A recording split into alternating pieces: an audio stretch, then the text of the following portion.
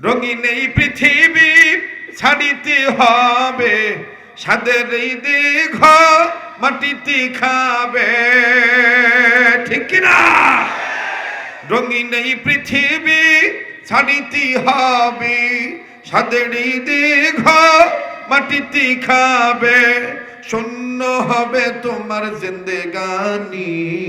কার লাগিয়া এত মায়া, এত চোখের পানি রে মন, কার লাগিয়া এত মায়া, এত চোখের। কি ভাই মরবেন না নাকি? তাও করবার শাসন না, জবান খোলেন।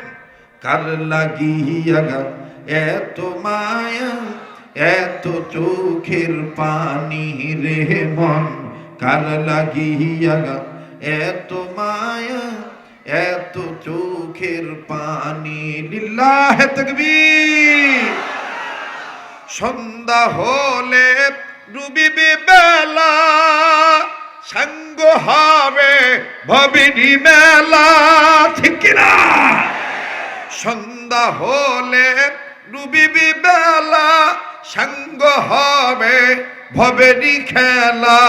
কেউ বা দিবে আখেরি গুসল, কেউ বা দিবে আখেরি গুসল, কেউ বা আনবে আবার আতরদানি।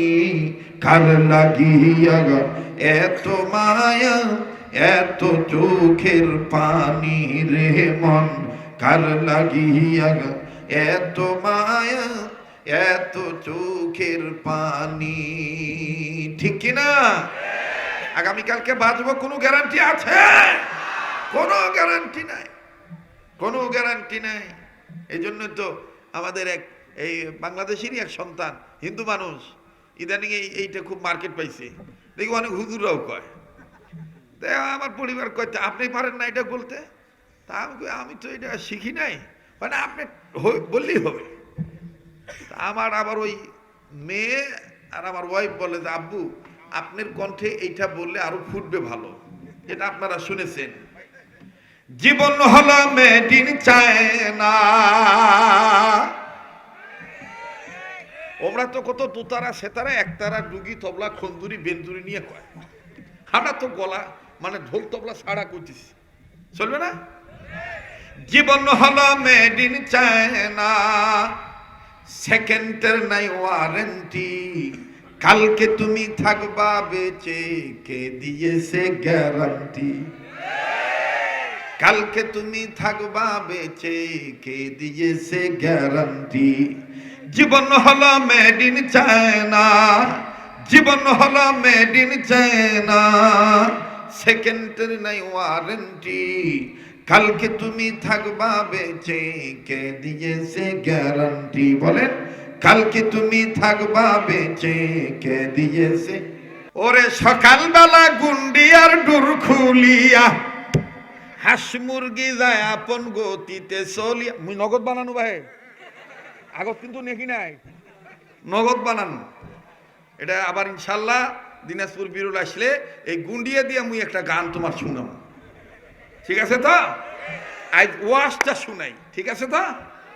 এই গুন্ডিয়া বলেন, খোপ বলেন, আর ঘোড়া বলেন, আর আতাইল বলেন, যাই বলেন, রাত্রিবেলায় থাকে, সকালবেলায় বাড়ির মালিক এই মুরগির ঘরের দরজাটা ওপেন করে দেয়। ওপেন করে দেওয়ার পরে, খোলার পরে খুব খেয়াল করে শোনা চাই বাবারা, বের হয়। বের হওয়ার পরে বাড়িওয়ালা অথবা বাড়িওয়ালি যদি কোনো চাউলের কোনা বা ধানের ইত্যাদি ইত্যাদি হাঁস মুরগির খাদ্য দেয়, তো এরা খায়, খাইয়ে আপন গতিতে তারা চলে যায়। সারাদিন আসে না, ঠিক বেলা ডোবার আগে আবার যখন গুন্ডিয়াতে ঢোকার সময় হয় তখন আবার আইসে, কথা কয় না? কিন্তু সারাদিনের মধ্যে বেলা 11টা, 11:30, 12টার যখন বাজে তখন এক ধরনের মুরগি আসে। সেই মুরগিটা হলো ডিম পারি মুরগি। যখন ডিম পাড়ার ব্যথা ওঠে তখন ওই কিন্তু আর ধানের ক্ষেত থাকে না, ওই পাঠার সাগর ক্ষেত থাকে না, ওই আপন গতিতে ওই গুন্ডিয়া যে বাড়ি থাকে ওই বাড়ির মালিকের কাছে আসে। আসিয়া ওই টুক করে ডিম পাইলেই পাইত, কিন্তু বাপরে বাপ তার তাও কি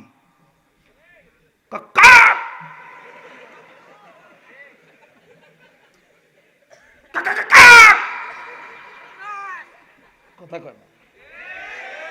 আমি কি দিয়ে কি বুঝাই? আমি ঢাকাতে এক জায়গায় কইছিলাম আমি ওয়াজের মাস্টার, তো কিছু মৌলবীগুলো খেপি গেছি, খেপি ফির মধ্যে ভাউয়া বেমত।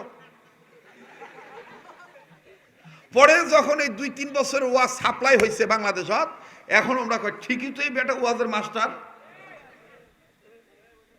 আমরা বয়ান শিখেছি ওস্তাদের কাছে বসে, ক্যাসেট শুনি নয়। এখনো যত ভিতরে প্রোডাকশন সাপ্লাই আছে, মৃত্যু আসি যাবে ইনশাল্লাহ, সাপ্লাই দেওয়া শেষ হবে না। অতএব ফুটানি করেন না ভাই, যা জানেন তা মানেন, আল্লাহ বরকত দিবে। যা মানেন, যা জানেন তা মানেন, অতই বরকত। হালাল খাবার খান, ডাল দিয়ে ভাত খান, প্রতিদিন গরু গোস্তের আশা করেন না হারাম দিয়া, তাতেই মানসিক শান্তি আসিবে। কথাটা বুঝাইতে পারছি তো? এই দেখবেন যে সিগন্যাল দেয়, সিগন্যাল দেওয়ার পরে তখন বাড়িওয়ালা ওই যেখানে প্রতিদিন ডিম দেয় ওখানে আর ডিম থুয়ে আসে না?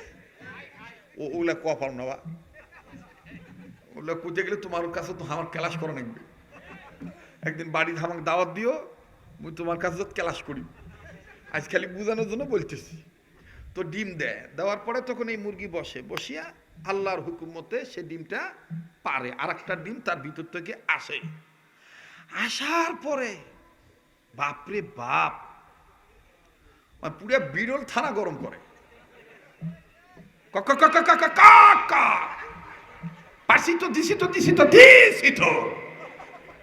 আমার আওয়াজত বোঝা যায় যে কমপক্ষে ডিমটার ওজন হবে আধা মণ, ঠিক না?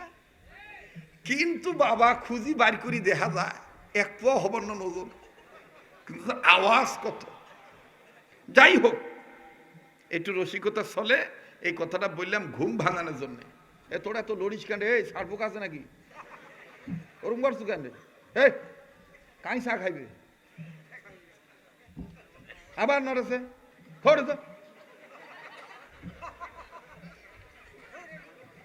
হাগাও, লড়াচড়ি করবি না, খবরদার। এদিক তাকান আমার ভাইরা। তো এই হাঁস মুরগি যাই হোক, সকালবেলা তার ঘর থেকে, আপন ঘর থেকে বের হয়, আবার বিকেলবেলা আসে। কিন্তু আপনারা দেখছেন কিনা জানি না, সন্ধ্যাবেলা যখন বাড়ির আঙিনায় আসে হাঁস মুরগি, কিছু মুরগি গাছের ডালে ওঠে, কিছু মুরগি ঘরের চালে বসে, কিছু মুরগি আপন বসবাস ঘরে ঢুকে যায়, বিছানায় পায়খানা করি নষ্ট করে না? সর্বশেষ বাড়ির আঙিনায় সব মুরগিগুলো এক জায়গায় জড়ো হয় বা ছিন্ন ভিন্ন থাকে। কেউ কেউ কোনো হাঁস মুরগি এরকম বলে, লেখক লেখে যে বাড়িওয়ালাকে বলে, মালিক আপনি তো সকালবেলা আমাদেরকে ছেড়ে দিয়েছিলেন, আমরা তো একটু উৎপাত করতেছি, ঘরে ঢুকি না কেন, একটু আমাদেরকে গণনা করে দেখেন বডিগুলো ঠিক আছে কিনা। তখন গণি দেখে যে আমি যে 12টা ছাড়ছিলাম 12টা আছে কিনা, তারপর ঢুকি যায়, তারপরে তালা দেয়। এই কথা দিয়ে আমি কি বুঝাইতে চাই? ভাইও আমার কথা ফেলে দিয়েন না, বহুত সাধনার কথা, অনেক কষ্ট করে আসছি, এত লম্বা জার্নি করে 1 ঘন্টা বিশ্রামের সায়েন্স বলে, ডাক্তার বলে যে প্রয়োজন, কিন্তু গাড়ি থেকে নেমে আপনাদের এখানে আসছি। আলহামদুলিল্লাহ, আপনারা দোয়া করলে, আল্লাহ দয়া করলে আমি সুস্থতার সহিত কিছু কথা বলতে পারবো ইনশাআল্লাহ। আমি আপনি জন্মের আগে একটা গুন্ডিয়াতে ছিলাম।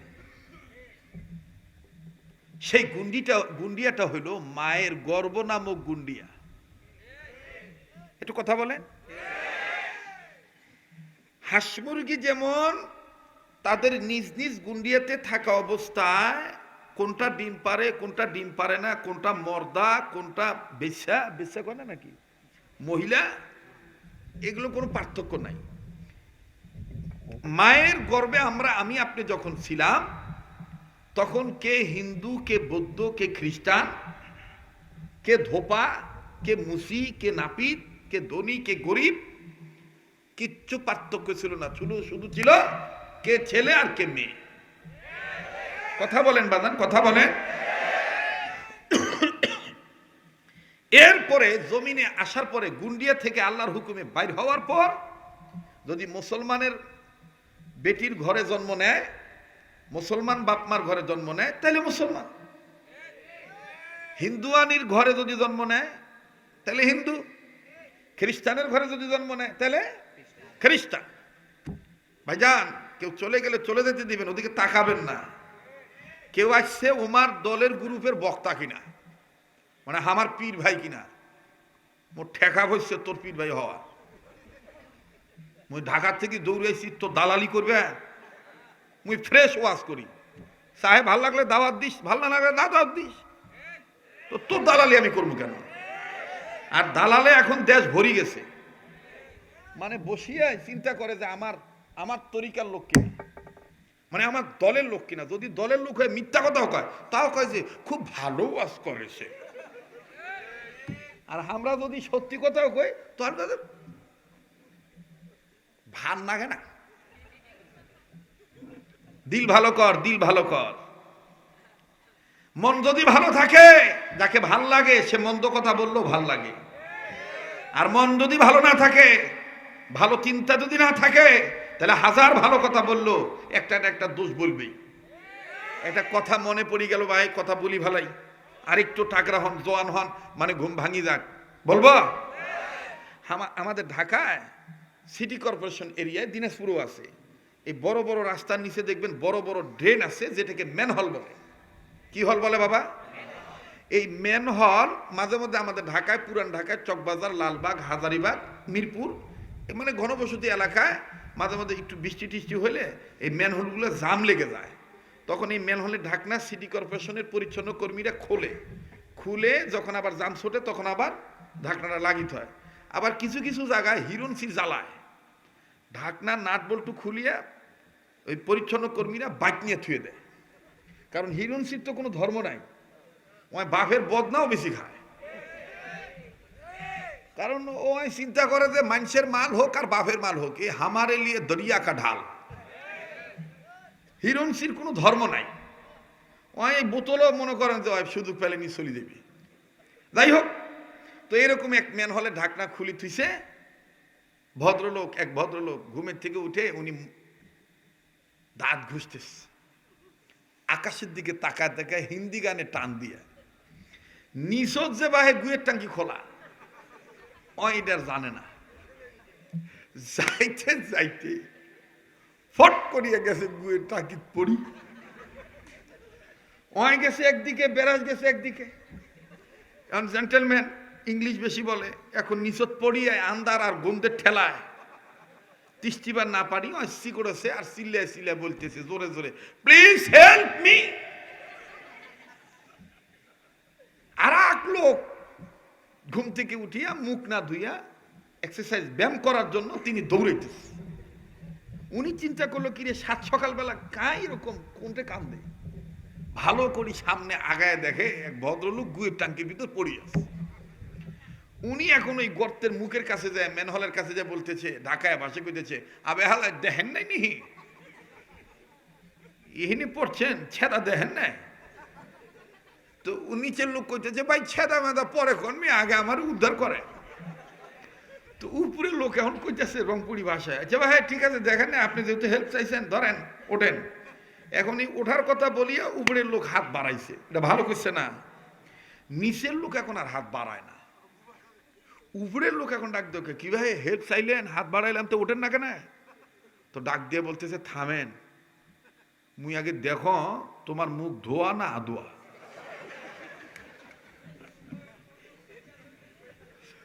আমি আগে দেখি তোমার মুখ ধোয়া না আদোয়া। নিচের লোক এখন হাত কোনা টান দিয়ে কসে, হে ভালোই তো, দেখো দেখো। উপরের লোক বলতে, দেখো দেখো। এখন নিচের লোক ভালো করে খেয়াল করি দেখে, ওই যে মুখ ধোয় নাই। তো অনেক মানুষ আছে ঘুমাইলে ভাই নাল পরে না, নাল আপনার এলাকায় কি কয়, লালা। এটা পড়িয়া দেখবেন অনেকের ভাতের মারের মতন শুকিয়া চামটি নাকি থাকে। তো ওই গালসিয়ার এক সাইডে ভাতের মারের মতন শুকিয়া চামটি নাকি আছে, আর চোখের কোনাত কেতুর। এইটা দেখিয়া উপরের লোককে যখন আবার নিচের লোক বলছে কি ভাই হাত বাড়ান না কেন, ওঠেন, ওপরে বলে তুমি গিদর, মুখ ধো নাই। নিচের লোক উপরের লোককে বলতেছে তুমি গিদর, আমি তোমার হাত ধরে উঠবো না। উপরের লোককে বাবা কি পরিষ্কারের পরিষ্কার রে, নিজে গুয়ের টাঙ্কি পড়িয়াছে, এদিকে খেয়াল নাই, আর আমি সামান্য মুখ ধুইলে আমাকে কয় গিদর। ঠিক আমার সমাজে দেখবেন এরকম কিছু লোকের হাইব্রিড কিছু পরিষ্কার ব্যক্তির আদম সন্তানের জন্ম হয়েছে। নিজের গাও ঘুষের টাকার অভাব নাই, নিজের রক্তে সুদের টাকার অভাব নাই, নিজের আমলের মধ্যে রাম বাম চ্যাটার্জি মুখার্জি গঙ্গোপাধ্যায় চট্টোপাধ্যায় দাস লেন রায়বাবু এদের পাঁচটা গোলামি রক্তের অভাব নাই, নিজের ভিতরে গুনাহে কবিরার অভাব নাই, নিজের ভিতরে অসাধু কারবারের অভাব নাই। আর একটা লোককে দেখলে ডাক দিয়ে কয় ওমাক কেন ভোট দিব, ওমার ওয়াজ কেন শুনিম, ওমার মাদ্রাসাত কেন ছাত্র দিন, ওমাক ওয়াজে কেন টাকা দিন, আমরা তো এই না, আমরা তো গিদর, আমরা তো ভালো না, মুখ ধয় নাই, নিজে যে পাশিরা পর্যন্ত ধয় না, এদিকে নিজের কোনো খবর নাই। কথা বলেন ঠিক কিনা?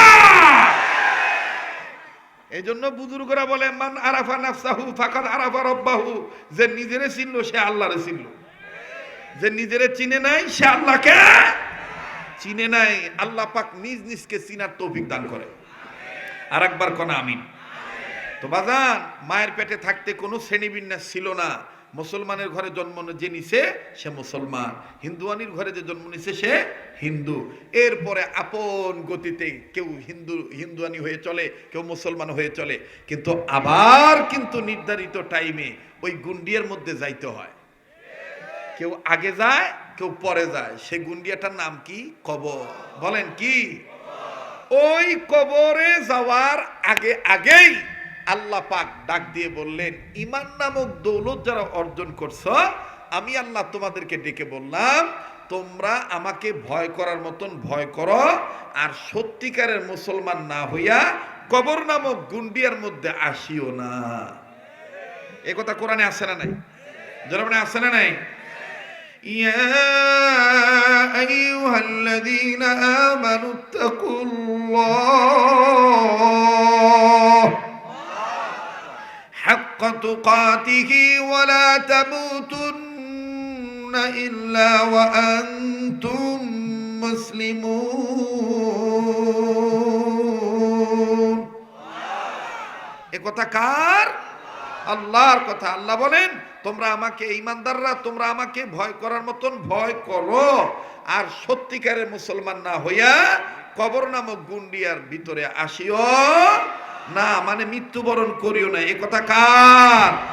আল্লাহ পাক আরেক জায়গায় বলেন, ও নবী আপনি বিশ্ব মানবতাকে জানিয়ে দেন, কোন মানুষ, কোন রাষ্ট্রের, কোন কওমের, কোন কওম, কোন জাতি, কোন মহল্লার মানুষ যদি দুইটা গুণ অর্জন করে, আমি আল্লাহ পাক আসমান জমিনের রহমত বরকতের দরজা তাদের জন্য খুলে দেব। এ কথা কার? ওয়ালাউ আন্না আহলাল কুরা আমানু ওয়াত্তাকাউ লাফাতাহনা আলাইহিম বারাকাতিন মিনাস সামাওয়াতি ওয়াল আরদ। যখন আল্লাহু আকবার। কয়টা গুণ? দুইটা। এক নাম্বার ঈমানের গুণ, দুই নম্বর আল্লাহকে ভয় করার গুণ। সুবহানাল্লাহ কর। আবার বলেন সুবহানাল্লাহ। আমার ভাইরা, আমার বন্ধুরে, প্লিজ মনোযোগী হয়ে যান। কেউ কোনো দিকে আমার বন্ধুগণ খেয়াল দিবেন না, শুধু ওলামাদের কথাগুলি মনোযোগ সহকারে শুনবেন। বাবা অনিবার্য কারণে রাত্র গভীর হয়ে গেছে, ওদিকে ঘাবড়াবেন না বন্ধু, যা কিছু হয় আল্লাহর পক্ষ থেকে হয়, শুধু একটু ভালো মনের পরিচয় দিবেন, দেখবেন সব ঠিক হয়ে যাবে। তবে আমার মন বলে আজকের মাহফিল আল্লাহর দরবারে কবুল হয়ে যাবে। আমার দিল বলে বাজান এখানে আমি আপনি গুনাহগার হতে পারি, কে জানি নেককার বান্দা হয়ে বসে আছে, আর এই একজন নেককার বান্দার উসিলায় আল্লাহ রাব্বুল আলামিন আমাকে আপনাকে কবুল করবেন ইনশাআল্লাহ। একটু আওয়াজ দিয়া বলেন না সুবহানাল্লাহ। আল্লাহ বললেন নবীজি তাম পৃথিবীর মানুষগুলোকে আমার পক্ষ থেকে জানিয়ে দেন, নবী গো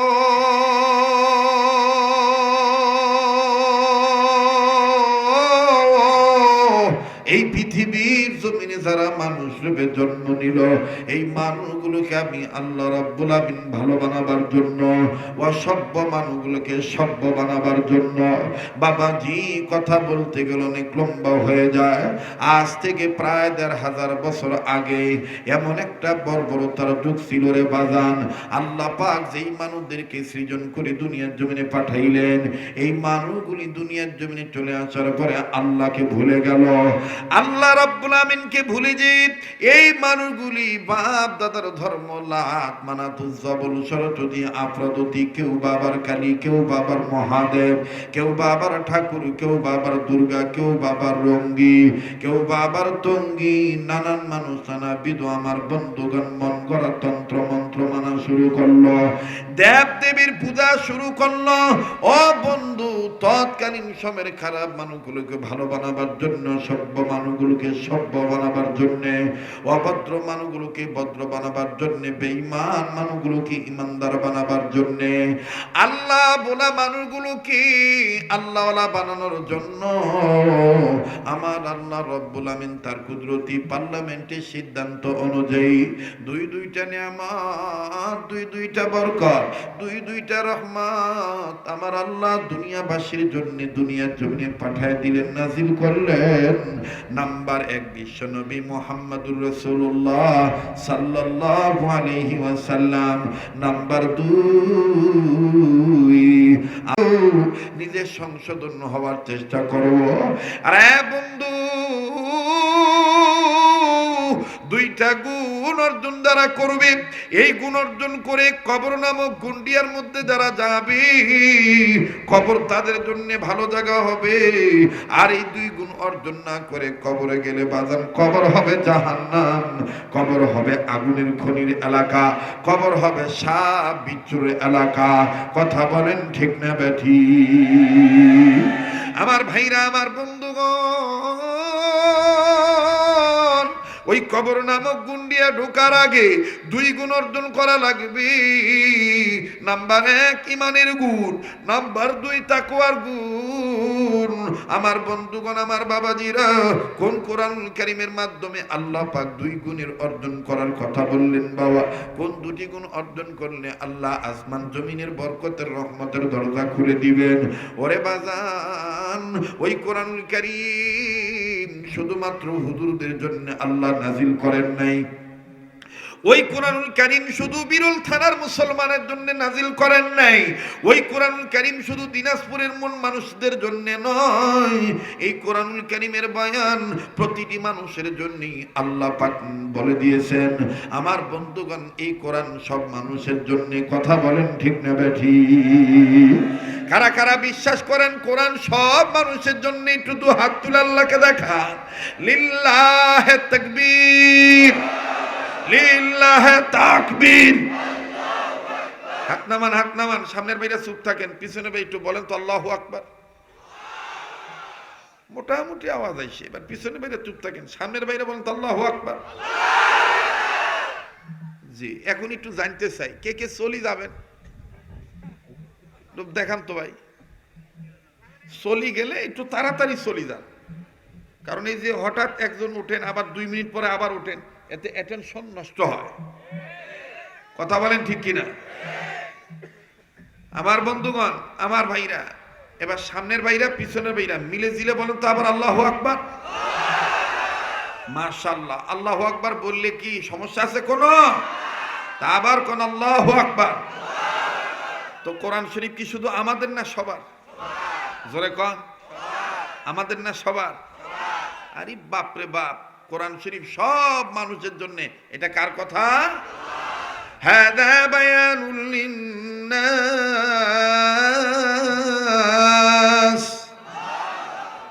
হাদা বায়ানুল লিন্নাস, হুদাল লিন্নাস,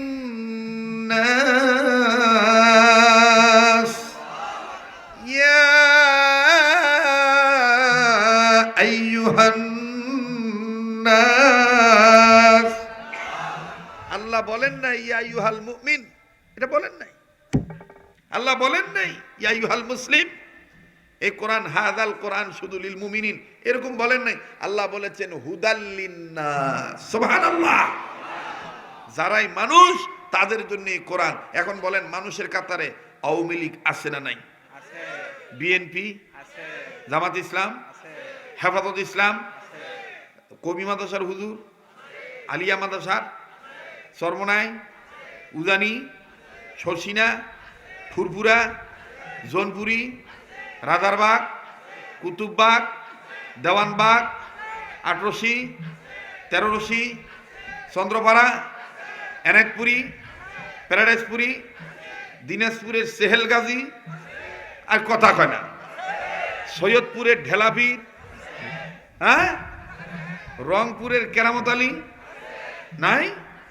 আছে। তার মানে কোরআন সব মানুষের জন্য। সুবহানাল্লাহ।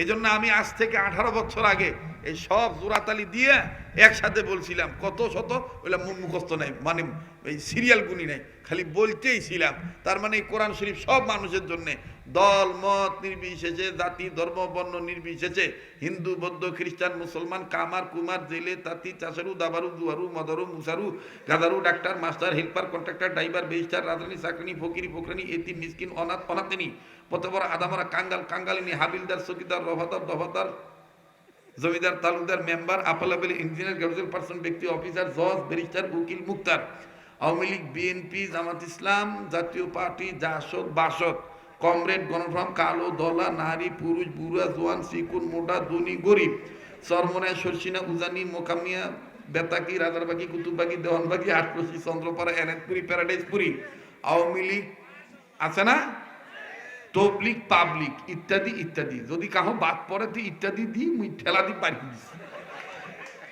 কতক্ষণ ঠিক কি না? চলবে কি চলবে না? জোরে কম। ঘন্টা খানি, কয় ঘন্টা? 2 ঘন্টা। কষ্ট হবে না? আমার ভাই এই কোরআন সবার জন্য। সুবহানাল্লাহ। কম। যাহার পরশ পেগে পাথর হল বসনা, সন্দেহ ভুল নাই যার একটি কোনা, ঠিক কিনা? যাহার পরশ পেগে পাথর হল বসনা, সন্দেহ ভুল নাই যার একটি কোনা, এ যে এক বিপ্লব পিছে ফেলে যত সব, এ যে এক বিপ্লব পিছে ফেলে যত সব, এগিয়ে চলে সে অগ্রপানে, সমাধান সমাধান চাও যদি জীবনে মরণে, ফিরে যাও খুঁজে নাও চোখ রাখো। আরে ভাই, কোরআনের চোখ রাখার দরকার আছে না নাই? তো বলেন না, ফিরে যাও খুঁজে নাও, আবার ফিরে যাও খুঁজে নাও,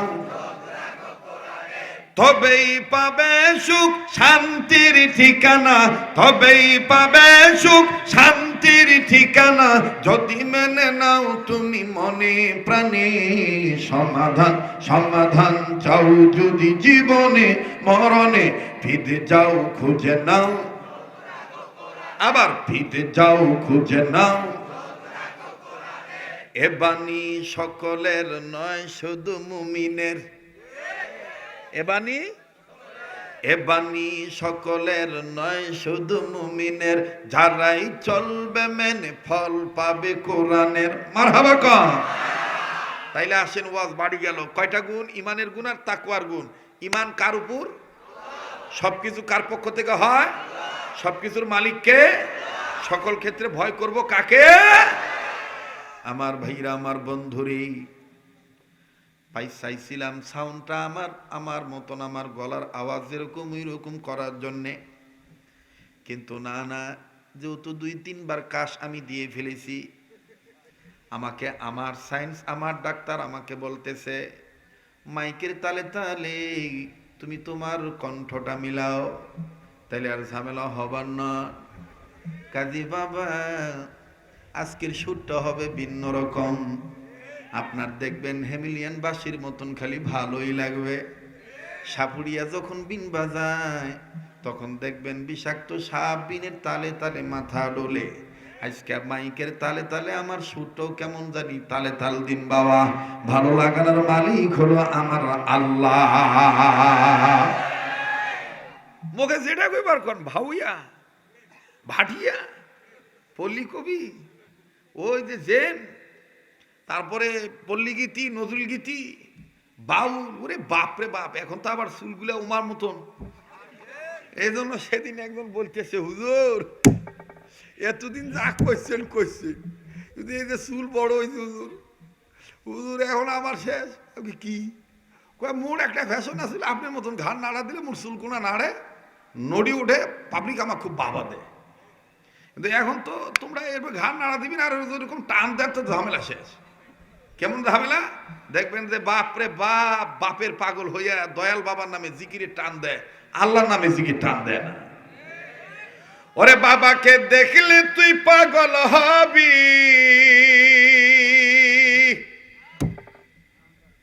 ওরে দেখলে ছবি পাগল হবি, দেখলে ছবি পাগল হবি, পারবি না মনা সইতে পারবি না। গুরু চিনো গুরু সারা উপায় হবে না। হো বাবা, গুরু সারা উপায় হবে না। আছেন এরকম গুরু ভক্তির কিছু লোক, আবার দেখবেন সময় মতো কি কায়দা করে ওই যে তাদের বার্ষিক সময়ে যায় আর জিকির কি কয় না কয়, তুমি আজ বাং বাং নাগে ডিকি ডাক লাগাতে আজ লাং নাং বাবা মুর্শিদ ওয়া ওয়া ওয়া ওয়া ওয়া ওয়া ওয়া ওয়া ও বাবা, ও বাবা, ও বাবা। দেখতো ভাই কায় পালায় যায়, পালাইবে মনে করবি আমরা ওই গ্রুপের ফেললো। দেখতো কে উঠি যায়, চলবে কি চলবে না, জোরে বলবো কি বলবো না। আল্লাহর ভয় যার অন্তরে আছে সে আল্লাহর নামের জিকির বাদ দিয়া বাপের নামের জিকির বলতে পারে রে ভাই।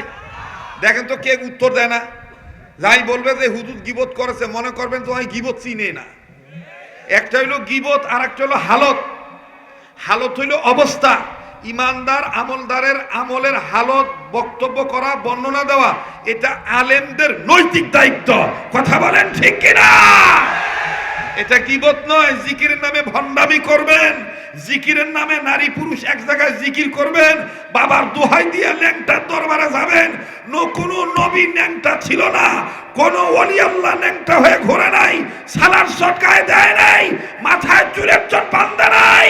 আপনারা যারা কাজগুলি করছেন নিঃসন্দেহে ইহুদ খ্রিস্টানদের দালালি ছাড়া আর কিচ্ছু নয়, ধোঁকা দেওয়া ছাড়া আর কিচ্ছু নয়। আল্লাহর সুন্দর সুন্দর নামের অভাব আছে কোরআনে? জোরে বলেন, আল্লাহর সুন্দর সুন্দর নামের অভাব আছে? পৃথিবীতে 3টা নাম, কত মজার নাম। আল্লাহ, মুহাম্মদ সাল্লাল্লাহু, 3 নাম্বার মা। বলেন না, এই 3টা নামের উপরে আর মধুর নাম আছে? জোরে কন। আল্লাহ নিজেই বলেছেন তোমরা যদি আমাকে ডাকো তাহলে আমার সুন্দর সুন্দর নাম ধরে ডাকো। সুবহানাল্লাহ। ওয়ালিল্লাহিল আসমাউল হুসনা, ওয়ালিল্লাহিল আসমাউল হুসনা। আল্লাহ বলেন তোমরা আমাকে সুন্দর সুন্দর নাম ধরে ডাকো। আল্লাহ পাক আমাকে সকাল বিকাল, আমাকে আপনাকে সবাইকে আল্লাহর সুন্দর সুন্দর নাম ধরে ডাকার তৌফিক দান করেন। আবার বলেন আমিন। আরেকবার বলেন আমিন। আমার ভাইরা, আমার বন্ধুরে, ইমানের গুণ অর্জন করলে, তাকওয়ার গুণ অর্জন করলে জমিন আসমানের রহমতের বরকতের দরজা আল্লাহ খুলে দেয়। আরে বন্ধু, একটু মনোযোগী হয়ে কথাগুলি শুনবেন বাদান। আর কোনো এদিক সেদিক আমি যাব না। বিষয়টা আপনাদেরকে নরম সুরে ঠান্ডা মাথায় আমি আপনাদেরকে জানায় দিই। মোবাইল থাকলে মোবাইলের মাধ্যমে রেকর্ড করে নেবেন। জীবনের শেষ বয়ান করে আমার বন্ধুগণ, জীবনের শেষ বয়ান মনে করে বয়ান করছি। ও দিনাজপুর বিরল থানার বাব্বাইরা, একটু খেয়াল করে কথাগুলি শোনা চাই বাবা। আল্লাহর নবী মোহাম্মদ সাল্লাল্লাহু আলাইহি সাল্লাম একদিন এরকম দিনই মজলিসে সাহাবায়ে কেরাম নিয়ে বসে আছে।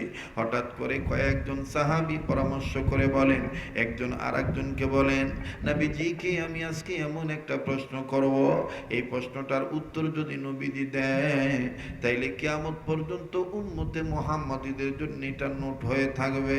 আরে বাবাজি, সাহাবী আবু হুরায়রা রাদিয়াল্লাহু তাআলা আনহু একজন আরেকজনকে ডাক দিয়ে বলতেছেন, বলো না বলো না, আমি এটা নোট করব, দেরি যে আমার সয় না। এবার আবু হুরায়রা যখন বলল আমি নোট করব, আব্দুল্লাহ বিন মাসউদ রাদিয়াল্লাহু তাআলা আনহুমা তিনিও নোট করবেন। আরে বন্ধু, এখানে অনেক উলামায়ে কেরাম আছেন, ওনাদের জিজ্ঞেস করে দেখবেন। আমার ভাইরা কোনো দিকে কোনো খেয়াল নাই। আপনারা হয়তো আমার কণ্ঠ থেকে এই সুর কোনোদিন শোনেন নাই। বাবাজি আজ শুনে যান, মাফ করবেন, মাইকলাকে আমি কোনো দোষ দিতে পারবো না, ওনার কোনো দোষ নাই। যেরকম সুন্দর আয়োজন, তবে মাইক অনেক ভালো মাইক। আমার বন্ধুগণ, মাইকের সাথে আমার এই টনটা মিলানোর জন্য উপায় নাই, এই জন্য আমি এই লাইনটা নিয়ে আসলাম। তবে দিল ভালো থাকলে দেখবেন আপনার অন্তরে প্রতিটি কথা রেখাপাত করবে, আপনার বোধগম্য হবে, হৃদয়ঙ্গম আপনি করতে পারবেন। একটু ভালো মনের দরকার, একটু ব্রড মাইন্ডের হওয়া লাগবে। একটু খেয়াল করেন বাবা, আল্লাহ পাক কবুল করেন, তৌফিক দান করেন। আওয়াজ দিয়ে বলেন না আমিন। সাহাবী আবু হুরায়রা রাদিয়াল্লাহু তাআলা আনহু ডাক দিয়ে বলেন, বলো না বলো না, তুমি কি প্রশ্ন করতে চাও বলো না।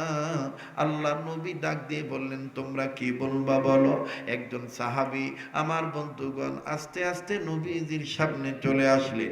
এক সাইডে ওমর বসা, আর এক সাইডে উসমান বসা, আর এক সাইডে আলী বসা, আর এক সাইডে আবু বকর বসা। এবার এই সাহাবী ডাক দিয়ে বললেন, নবীজি গো, আমার কাছে আপনার জানার দরকার হলো, নবীজি আপনি আমাদেরকে অনেক সময় আল্লাহর হুকুম পালন করার জন্য আপনি আমাদেরকে উহুদের ময়দানে পাঠাইছেন, আবার কাউকে হুনাইনের ময়দানে পাঠাইছেন, খুব খেয়াল করেন বাবা, আবার কাউকে তাবুকের ময়দানে পাঠাইছেন, আবার কাউকে খন্দকের ময়দানে পাঠাইছেন। নবীজি গো, কিছু যুদ্ধে আপনি নিজেও শরীক হয়েছেন, আবার অনেক সময় সেনাপতি নিযুক্ত করে দিয়েছেন। বারবার বলবো বাজান, কেউ চলে গেলে চলে যেতে দিবেন বাবা। একজন বক্তা সবার কাছে ভালো নাও লাগতে পারে, একজন মানুষ সবার কাছে পছন্দের নাও হতে পারে, তবে রে বন্ধু, এই ভালোবাসা যদি আল্লাহর জন্য হয়ে যায়, আল্লাহ পাক হাসরের ময়দানে যদি ভালোবাসা আল্লাহর জন্য কবুল করে, কঠিন দিনে এটাই নাজাতের উসিলা হইতে পারে। এবার সাহাবী ডাক দিয়ে বললেন, ইয়া রাসূলুল্লাহ, আপনি বিভিন্ন মানুষদেরকে আমাদেরকে বিভিন্ন যুদ্ধে পাঠাইছেন, আপনিও যুদ্ধে শরীক হয়েছেন।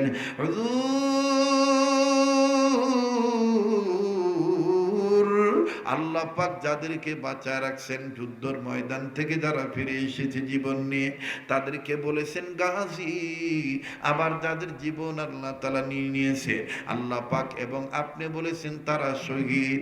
ওগো নবীজি, আমি আপনার কাছে জানতে চাই, আমরা উহুদ পাইলাম, বদর পাইলাম, হুনাইন পাইলাম, আমরা খন্দক পাইলাম, আমরা তাবুক পাইলাম, আপনি যে উম্মতে মুহাম্মাদীদের জন্য দিনরাত কাঁদেন, আপনি উম্মতের জন্য কান্নাকাটি করেন, এমন একটা সময় আসবে আমার ওই গরিব উম্মত ভাইরা, এরা তো বদরের ময়দান পাবে না। ও বিরলের বাবারা, খুব খেয়াল করে কথাগুলি শোনা চাই। সাহাবী কান্দার ডাক দিয়ে বললেন, নবী গো, উম্মতে মুহাম্মাদী হইয়া উম্মত ভাইদের জন্য আমি দরদি হইয়া আপনার কাছে একটা প্রশ্ন করেছি গো নবীজি। ও ওগো নবীজি তাদের সময় তো বদরের ময়দান থাকবে না, বাংলাদেশে তো বদর হবে না, পাকিস্তানে তো হুনাইন হবে না, ভারতে তো খন্দক হবে না। ওগো নবীজি আপনার দরবারে জানতে চাই এমন কোন আমল আছে নাকি যে আমলটা বাংলাদেশে বসে বাঙালি মুসলমান করবে, আমার উম্মতে মুহাম্মদী ভাই বোনেরা করবে, আর আমার আল্লাহ খুশি হইয়া আমার ভাইদের আমলে বদরের ময়দানে জিহাদ করার সওয়াব লিখে দিবে। হুজুর এমন কোন আমল আছে নাকি যে আমল বিরল থানার মানুষেরা করবে? দিনাজপুরের বিরল থানায় বসিয়া এই ঢেলপির বাজারের দক্ষিণ পাশের এলাকায় বসিয়া, এই ফাতে সিং ও বাগমারি এলাকায় বসিয়া এরা এই আমল করবে। আর আল্লাহ পাক ওই বাঙালি উম্মতে মুহাম্মদীদের আমল নামায়, মুসলমান ভাই বোনদের আমল নামায় আল্লাহ পাক বদরের ময়দানে জিহাদ করার সওয়াব লিখে দিবে। এমন কোন আমল আল্লাহর নবী আসেনি। আল্লাহর নবী নিজে চোখের পানি ছেড়ে কাঁদলেন, কেঁদে কেঁদে ডাক দিয়ে বললেন, ইয়া রাসূলুল্লাহ, ইয়া হাবিবাল্লাহ, আমার নবী ডাক দিয়ে বললেন, ওগো আল্লাহর বান্দা, ওগো আমার সাহাবী, তুমি ভালোই বলেছ, তবে তুমি জানো আমি মুহাম্মদ নিজে নিজে কোনো মন গড়া কথা বলি না, আমি যা বলি সবটাই আল্লাহর হুকুমে বলি। ওয়া মা ইয়ানতিকু আনিল হাওয়া ইন হুয়া ইল্লা ওয়াহয়ুন ইউহা। যাদের কোরআন জানা আছে আমার সাথে পড়েন না, ওয়া মা ইয়ানতিকু আনিল হাওয়া ইন হুয়া ইল্লা ওয়াহয়ুন ইউহা। আমার নবী মুহাম্মদ যা বলেন সেটা হলো ওহী। এবার আমার নবীজি ডাক দিয়ে বলতেছেন, আমি আজকে বলবো না, কারণ আমি নিজে নিজে কোনো কথা বলি না, তবে রে সাহাবী আগামীকালকে আমি বলবো। এই কথা বলা মাত্রই রে বাদান এবার হযরত ওমর বললেন, ইয়া রাসূলুল্লাহ, এত সুন্দর একটা প্রশ্ন করেছেন, এত সুন্দর একটা প্রশ্ন করেছেন। ভাই কথা আসতে বলেন, আমার কানে আওয়াজ যাচ্ছে না আসে। মুসলমান ভাইরা, আমার বন্ধুগণ, সাহাবী ডাক দিয়ে বলতেছেন, ওমর বলতেছেন, ইয়া রাসূলুল্লাহ, ইয়া হাবিবাল্লাহ, জীবনে কোনোদিন এরকম আজই প্রশ্ন শুনি নাই। বিরলের মানুষদের মনেও কিন্তু এখন একটা প্রশ্ন এসে গেছে, হুজুর এটা কেমন ওয়াজ, কোন আমল ঘরে বসে করলে, বাংলাদেশে করলে বদরের ময়দানে জিহাদ করার সওয়াব আল্লাহ আমল নামায় লিখে দিবে? এটা জানা দরকার আছে না নাই? একটু জোরে বলেন, আছে না নাই? আর যত সময় লাগবে আমি দিব, সময় আছে, আমার আল্লাহর দয়া থাকলে সময় আমি দেব। আল্লাহ যদি বডি পারমিট করে, কণ্ঠ যদি পারমিট করে, ইনশাআল্লাহ স্পিকিং এটা যদি ক্লিয়ার থাকে, আল্লাহ যদি দয়া করে আর আপনাদের যদি দোয়া থাকে, আমি চালাবো। তবে আপনারা ঘাবড়াবেন না, এদিক ওদিক তাকাবেন না বাবা, আর আমার চেহারার দিকে তাকাইলে, আমার বডির দিকে তাকাইলে ঠকবেন না। আমি এটা বড় হিম্মত করে বলতে পারি, আল্লাহর দয়ায় আমার গা থেকে এখনো সোনার মদিনায় ঘ্রাণ পাওয়া যায়। কেননা আমি দীর্ঘদিন প্রায় 1 মাসের উপরে সোনার মদিনায় ছিলাম, মদিনায় ঈদ করি, এরপরে ঈদের পরে তারপরে বাংলাদেশে এসেছি। আল্লাহ পাক দয়া করেন প্রতি বছর লাগাতার কয়েক বছর যাবত রমজান মাস কয়েকদিন বেশি আমার মদিনায় থাকা হয়। মক্কা শরীফে মাত্র 2-1 দিনের জন্য যাই। আমার বন্ধুগণ, কাজে বলতে চাই, আমার সাথে আমার দিকে তাকাইলে ঠকবেন না, আমার সাথে দোয়া করে গেলেও ঠকবেন না, আমার হাতটা ধরলেও ঠকবেন না, কারণ এই হাতটা একজন আল্লাহওয়ালার হাতের সাথে লাগানো, আবার ওনার হাত আর একজন আল্লাহওয়ালার সাথে লাগানো। এইভাবে লাগতে লাগতে নবী মুহাম্মদ পর্যন্ত নিসবতি হাত, আওয়াজ দিয়া বলেন না সুবহানাল্লাহ। এই মাদানী নিসবত, এই বরকতি নিসবত আল্লাহ পাক সবাইকে দেয় না। এজন্য আমার বন্ধুগণ গভীর মনোযোগী হয়ে কথাগুলি শুনবেন বাবা। আর জীবনে কোনোদিন দেখাও না হইতে পারে। আজ যখন বাজান রে আমি বাসা থেকে বের হলাম, এমনকি এই আপনাদের এই এলাকায় ঢোকার আগে মেন রুট থেকে যখন গ্রামের মধ্যে ঢুকবো, আমার মেয়েটা প্রচন্ড জ্বর। মুফতি ফয়সাল রশিদ জানে, আমি গত পরশুদিন ছিলাম ঠাকুরগাঁ জেলার এই এক হরিপুর এলাকার দিকে, রানী শঙ্করের দিকে। আমার বন্ধুগণ বয়ান 3টার দিকে শেষ করে আবার চলে গিয়েছি মেয়েটাকে দেখার জন্য বাসায়। যে আবার বন্ধুগণ আজকে আসলাম দিনাজপুরের জমিনে। আমার মেয়েটা এই মহল্লায় যখন ঢুকবো তখন ফোন দিয়ে সালাম দিয়ে বলে, আব্বু তুমি কি পৌঁছাইছো নাকি? কান্না কান্না ভাব নিয়ে বলে, আব্বু তুমি কি পৌঁছাইছো নাকি? আমি বললাম, মা তুমি কেমন আছো, তোমার কি অবস্থা? মেয়েটা বলে, আব্বু তুমি ভালো থাকলে আমি ভালো থাকবো। ও সোনার ভাইরা যাদের মেয়ে বাচ্চা আছে তারা জানেন মেয়েরা বাবাকে কত ভালোবাসে। কথা বলেন ঠিক না বেঠি? আমার মেয়েটা এত জ্বর, তারপরও আমার এই কান্না কান্না সুরে বলে, আব্বু ঠিক মতন খানা খাইও। ড্রাইভার আঙ্কেলকে গাড়ি আস্তে চালাইতে বইল, আব্বু তোমার অপেক্ষায় আমি রইলাম। আমার ভাইরা এমনও তো হইতে পারে আমার বেটি আমার অপেক্ষায় থাকবে, আমার বাবা আসবে, বাবাকে আমি দেব। এমনও তো হইতে পারে রে বন্ধু আমি আর জীবিত বাড়িতে নাও যাইতে পারি, আমার লাশ বাড়িতে যাইতে পারে। এরকম পরিবেশ পরিস্থিতি আপনারও হতে পারে, আমারও হতে পারে। তাই বন্ধু জীবনের শেষ বয়ান মনে করে বয়ান করছি। কার পিছনে জানি মালাকুল মউত দাঁড়ায় রইছে, কার জন্য জানি জংলার বাস রেডি হয়ে গেছে, কার জন্য জানি কাপড়ের কাপড় তৈয়ার হয়ে গেছে। ও বাজান এবার আস্তে করে সাহাবী যখন বললেন, ওমর বললেন, ইয়া রাসূলুল্লাহ এত সুন্দর প্রশ্ন আজ আপনি উত্তর দিবেন না, কালকে দিবেন। নবী বললেন, ওমর রে আমি কালকে উত্তর দেব।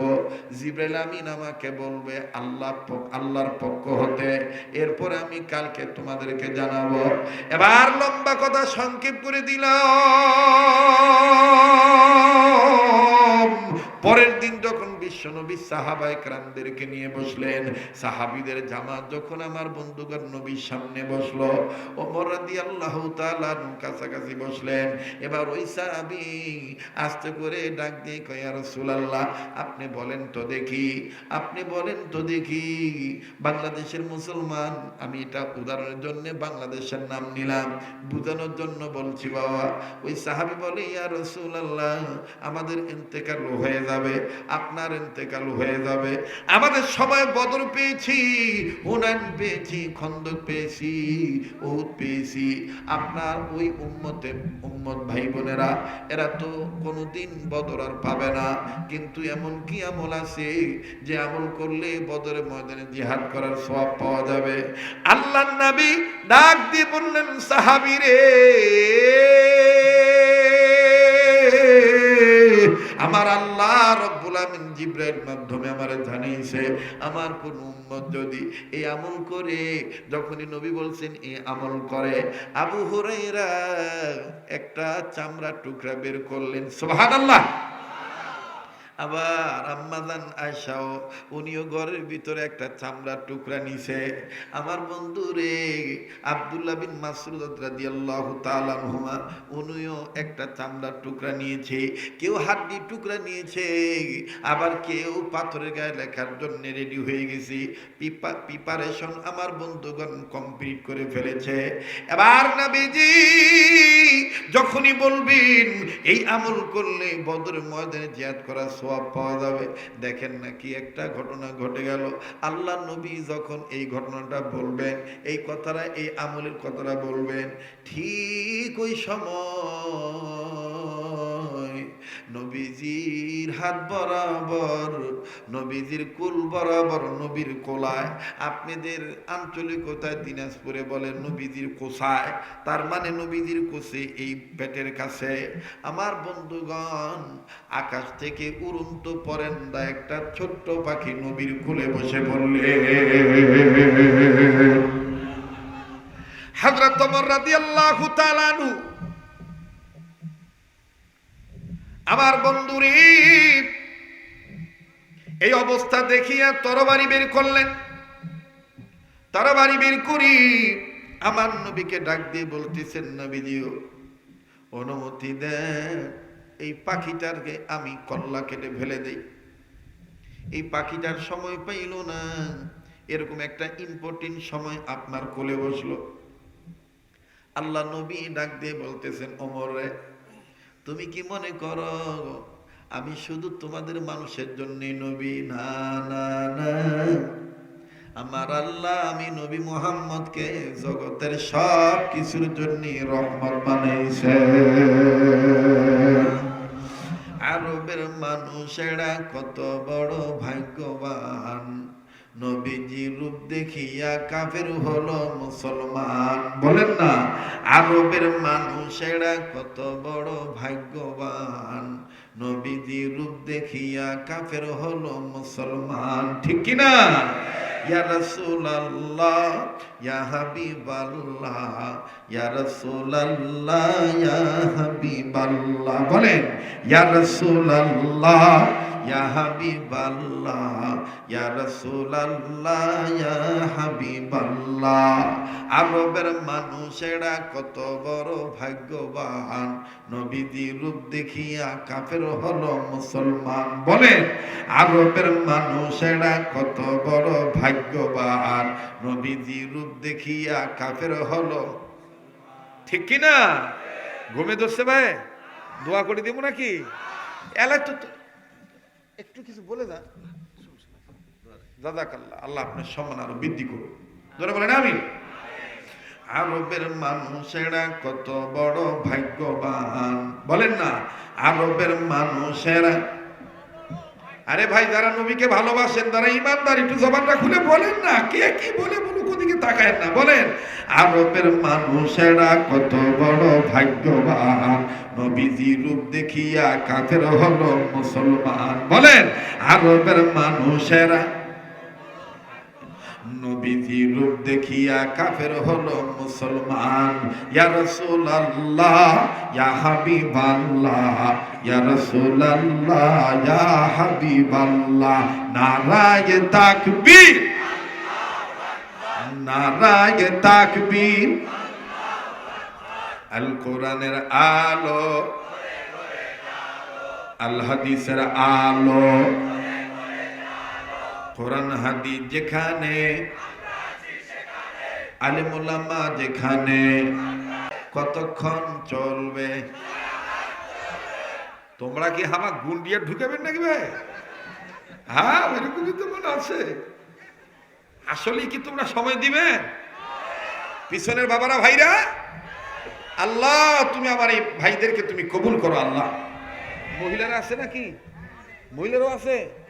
মসি ভাই, মহিলাই বেশি না, ওনারা বেশি থাকবে, কারণ এখন সব দিকে ওনারা। আল্লাহ পাক ওনাদেরকে সঠিকভাবে কবুল করুন।